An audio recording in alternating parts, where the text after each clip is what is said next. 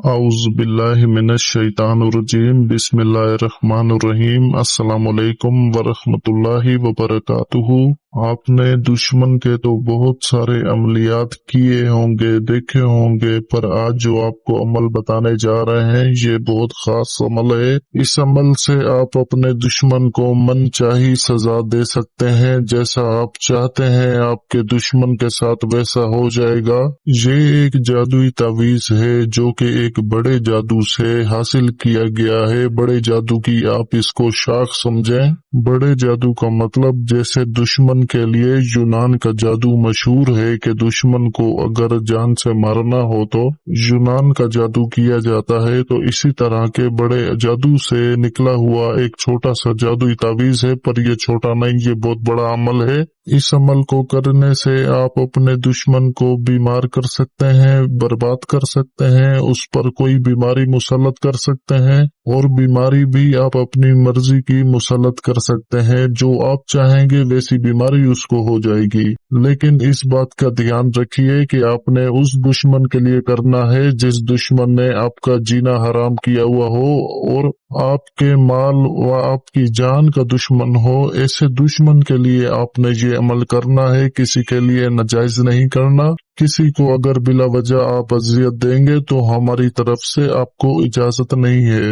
تو وقت کا ضیاع کیے بغیر چلتے ہیں اس کے طریقہ کار کی طرف۔ اس عمل کو کرنے کے لیے آپ کو 3 چیزوں کی ضرورت ہوگی، اور 3 چیزوں میں سے پہلی چیز ہے الو کا خون، دوسری چیز ہے مشک کستوری پسا ہوا، تیسری چیز ہے انسانی خون، مطلب کسی انسان کا خون ہونا چاہیے، وہ چاہے مرد ہو یا عورت ہو، اس سے کوئی فرق نہیں پڑے گا۔ تو آپ نے یہ تینوں چیزیں اچھے سے ملا کر مکس کر لینی ہے اور گاڑھی سی سیاہی بنا لینی ہے۔ تو پھر آپ نے کسی بھی منگل کے دن، کوئی بھی منگل ہو، چاند کی تاریخوں کی پابندی نہیں ہے اس عمل میں، کسی بھی منگل کے دن ظہر کی نماز کے بعد مشرق کی طرف منہ کر کے بیٹھیں۔ اور اگر آپ مسلم ہیں تو اس تعویذ کو لکھنے سے پہلے آپ نے 21 مرتبہ 21 ٹائمز آیت الکرسی پڑھ کر خود کے اوپر دم کر دینی ہے۔ اور اگر آپ کسی اور مذہب سے تعلق رکھتے ہیں تو پھر آپ نے آیت الکرسی نہیں پڑھنی۔ آیت الکرسی پڑھنے سے آپ کا حصار ہو جائے گا، اور حصار کرنے کے 3 طریقے ہوتے ہیں۔ تینوں طریقوں کا میں بتا دیتا ہوں کہ پہلا طریقہ تو یہ ہے جو آپ کو بتایا ہے کہ 21 مرتبہ آیت الکرسی پڑھ کے خود کے اوپر دم کر دینی ہے۔ دوسرا طریقہ یہ ہے کہ آپ 21 مرتبہ آیت الکرسی پڑھ کر پانی کے اوپر دم کر کے وہ پانی پی لیں۔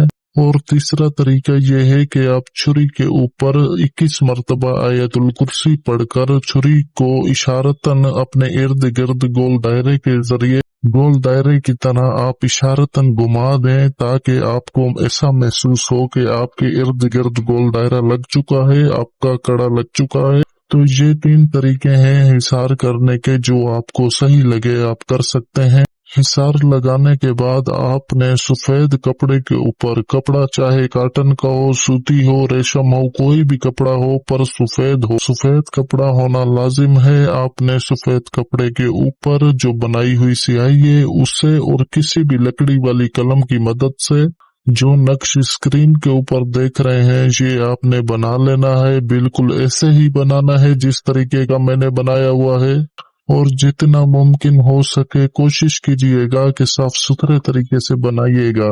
اس عمل میں کوئی چال، کوئی ترتیب نہیں ہے، بس آپ نے ہو بہو ویسا بنا لینا ہے جیسا میں نے بنایا ہوا ہے۔ جو میرا نام اور نمبر لکھا ہوا ہے یہ آپ نے نہیں لکھنا۔ نیچے دیکھیں جو فلاں بن فلاں لکھا ہوا ہے، اس فلاں بن فلاں کی جگہ دشمن کا نام اور اس کی ماں کا نام لکھ دیں، اور اگر آپ کا دشمن مرد ہے تو مرد کے نام اور اس کی ماں کے نام کے بیچ میں بن لکھا جاتا ہے، اور اگر آپ کی دشمن کوئی عورت ہے تو اس کے نام اور اس کی ماں کے نام کے بیچ میں بنت لکھا جاتا ہے۔ اسی طریقے سے آپ نام لکھ کر اپنا مقصد آگے جو خالی جگہ بنائی گئی ہے وہاں لکھ سکتے ہیں، اور مقصد کچھ اس انداز سے لکھیں کہ جیسے فلاں بن فلاں برباد ہو جائے، فلاں بن فلاں فلانی بیماری میں مسلط ہو جائے، فلاں بن فلاں اداس ہو جائے، فلاں بن فلاں پریشان ہو جائے، فلاں بن فلاں میری جان چھوڑ دے، فلاں بن فلاں گھر خالی کر دے۔